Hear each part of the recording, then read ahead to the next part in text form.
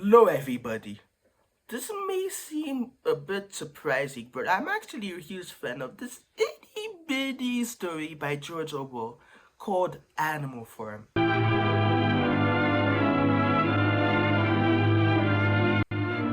No, not that one. No, not that one either. I parked the car! Let's have no one do that again. Animal Farm. The actual book. Released on the 17th of August 1945, Animal Farm is a book that on surface level doesn't seem noteworthy, but upon a closer look, it has a lot more to it. It is an allegory of the 1917 Russian Revolution with Stalinism in the Soviet Union, critiquing totalitarianism and the corruption of revolutionary ideals, while also being commentary on power propaganda and oppression in any political system. But beyond that, it still works even without that context, as the characters are strong enough to withstand the story with or without the allegory context. It is a timeless tale that manages to still withstand time all these years later. It means so much to me that it's one of the few novels I even bothered reading. And normally I fucking hate novels. If it wasn't a comic book, comic strip, or graphic novel, I usually gave a hard pass. That's how much Animal Farm means to me. So with that said, you'd think they'd at least attempt to get it right for the movies, right?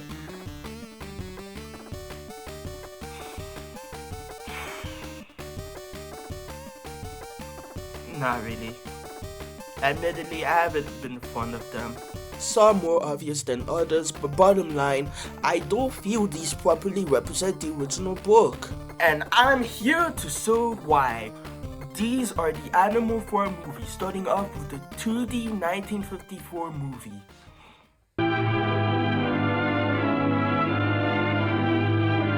I know people really like this one, and it is one of the more closer adaptations between the two. But it has quirks that not only breaks it down for me, but I'm especially not a fan of. Admittedly, doing a 2D animated Animal Farm movie is a great idea, and the fact that it's a 2D movie makes it even better. And to be fair here, they didn't do too bad with the animation here. Obviously, I've seen better, but for what they had to work with here, they did okay. It's just that everything else they did, I'm not a fan of. They simplify so much of Animal Farm that it is straight up baffling. To chant of 4 legs good, 2 legs bad is straight up gone. Its inclusion in the book was about how it was easier to remember for the sheep who weren't as intelligent as the other animals. Even with the slightest of changes like 4 legs good, 2 legs better. Almost like it was the corruption from the pigs or something. They straight up cut Benjamin the donkey's personality, whose personality is important as is meant to represent someone who's smart enough to realize the corruption of the pigs but do absolutely nothing to oppose. Look at Boxer, all of his dialogue got removed and his personality is pretty much told to us, not shown. He might as well already be glue.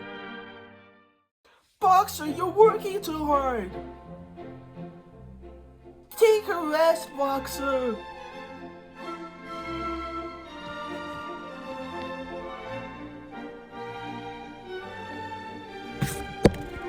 Boxer, no!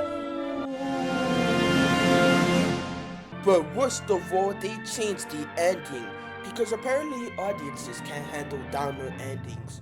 The movie adds that the animals smash through the house and kick Napoleon's ass. They don't even show the aftermath of the ass kicking. It just ends. The end. When even Kikassia shows the aftermath of the critics' ass kicking, that's real embarrassing.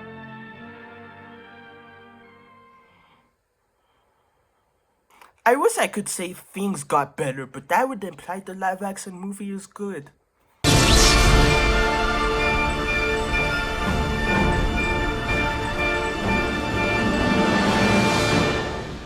You want to know how I knew I was in deep, deep shit? All in the first thing you see in this movie. Besides that, well, first thing you see is that Animal Farm is now given a main character, a female dog who was originally one of the brainwashed puppies. She's now the mother. Okay, besides the fact that the change from puppy to mother is already so dumb, did Animal Farm really need a main character? They were all imported to the point that there was no need for a main character. And by having one, there's an imbalance of character focus. It's as if they took to heart the phrase that Squealer made up. All animals are equal, but some are more equal than others. I don't get why a main character was needed. And yes, spoiler alert, this opening shows they changed the ending again. I just want my downer ending, man. Game over, man. It's game over.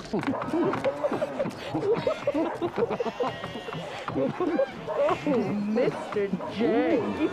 No, not like that.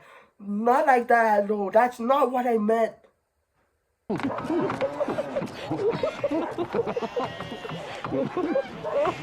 Mr. J. Oh yeah, people. This is happening. Did you mix up your porno fanfiction with the Animal Farm movie script? Why is this here? What? Oh, no. This isn't my porno. This is Animal Farm. That's right, my Animal Farm movie adaptation. And the sex scene is a totally viable and totally necessary scene.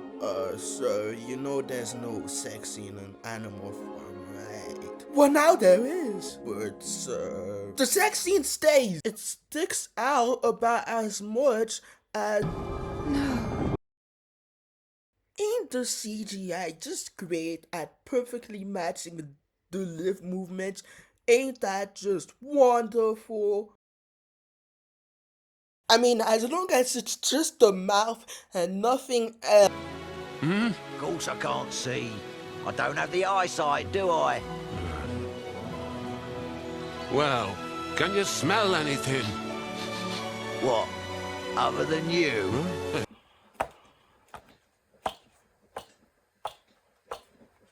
Okay, seriously, did nobody think maybe, just maybe, it may have needed a few more tweaks? Hello, animator. Hello, Mr. Director. There's something the team and I'm concerned about. Oh yeah, and what's that? It's about this CGI, right? Yeah, what about it? Don't you think the direction you gave makes him look unfinished? What are you talking about? He looks fine. Fine as an unvetted rat model. But look, how about we did it with practical effects instead? What? You know, make the rat more believable so that it's actually there. Get out. What? I said get out! Can we do something like a puppet? I don't do that no more now. Leave! But what about the CGI of the pig? Get out of here! Okay, I can't believe them. Now back to working on the dark Nazi version of the Nutcracker that nobody likes. Oh, I am such a genius.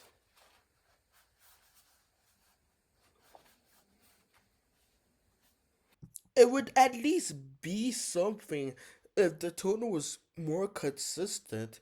I mean, the book obviously got that right. The animated 1954 movie despite how much I wasn't a fan of it, at least got that right. But here it's all over the place. You've got failed intentional comedy.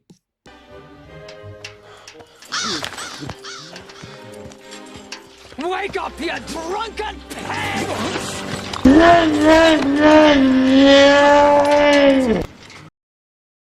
Unintentional actual comedy gold.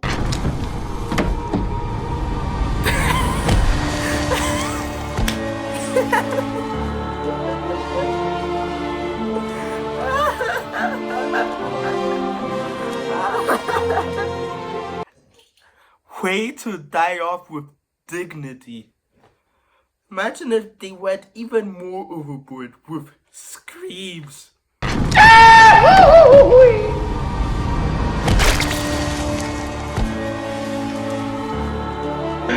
Quiet dignity and grace. It's serious, but it's so over the top and not subtle that you can't even take it seriously. Like, look at Napoleon, for example. In the book, he was cunning but sneaky, often using deception and manipulation to his advantage.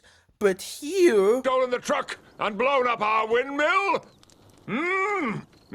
Snowball! The arch criminal and traitor has destroyed our work of the last year. Animals, I pronounce the death sentence on Snowball. We will teach this traitor that he cannot undo our work so easily. The windmill will be rebuilt. Every day we will work, rain or shine, food or none. Long live the windmill! He's about as subtle as the bad guy from Mary Poppins Returns. You might as well give him a monocle and a mustache to twirl over to really complete the picture. But just like the 1954 movie, it once again simplifies stuff for the sake of simplifying. But unlike the 1954 movie, they don't even attempt to stay as close as possible. For example, apparently Jones is the only one who destroyed the windmill in this version, even though one, that's not who did it in the book, and two, the movie made very clear he's absolutely pathetic. Or how about the fact that there's now a constant narration that spells out the obvious and breaks the flow of the movie? Joseph didn't like this new edition at all. I don't like this new edition at all. He wishes the narrator would shut up and let the visuals speak for themselves. I wish the narrator would shut up and let the visuals speak for themselves.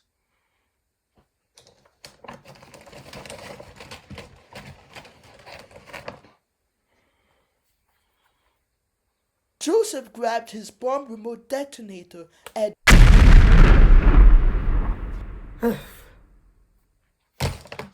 I hate lazy narration. Alright, I should probably talk about the different ending. Well, instead of pulling a kick-ass here and having Napoleon's ass kicked, instead it seems Jesse, Benjamin, Muriel, and some of the other animals escaped. Yes, because clearly they can just do that, just like the allegory it's based on. Years have passed, and new owners have got to form. Ain't that incredible? Ain't that convenient? Even if this was not only not the point of Animal Farm, the farm, but also the book. But who cares, as long as the new owners vow to avoid making the same mistakes as George and Napoleon, it makes this ending A-okay.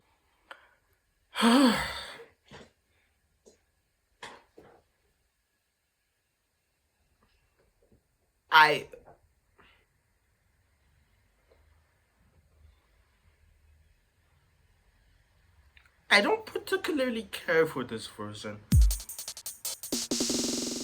As an adaptation, it completely fails to understand the appeal of the book with a very mixed and inconsistent tone, abysmal CGI that eats like milk, and once again, simplifying stuff that didn't need any simplification. This is one form I'd rather skip over. In fact, none of these really do justice to the original book. At the end of the day, I just recommend that one. It is easily way more worth your time than any of these movies. And looking at the trailer for the new one, Deliciousness! They want this! things are only going to get downhill from here. This was Joseph from Joseph's World, and I'll see you guys next time.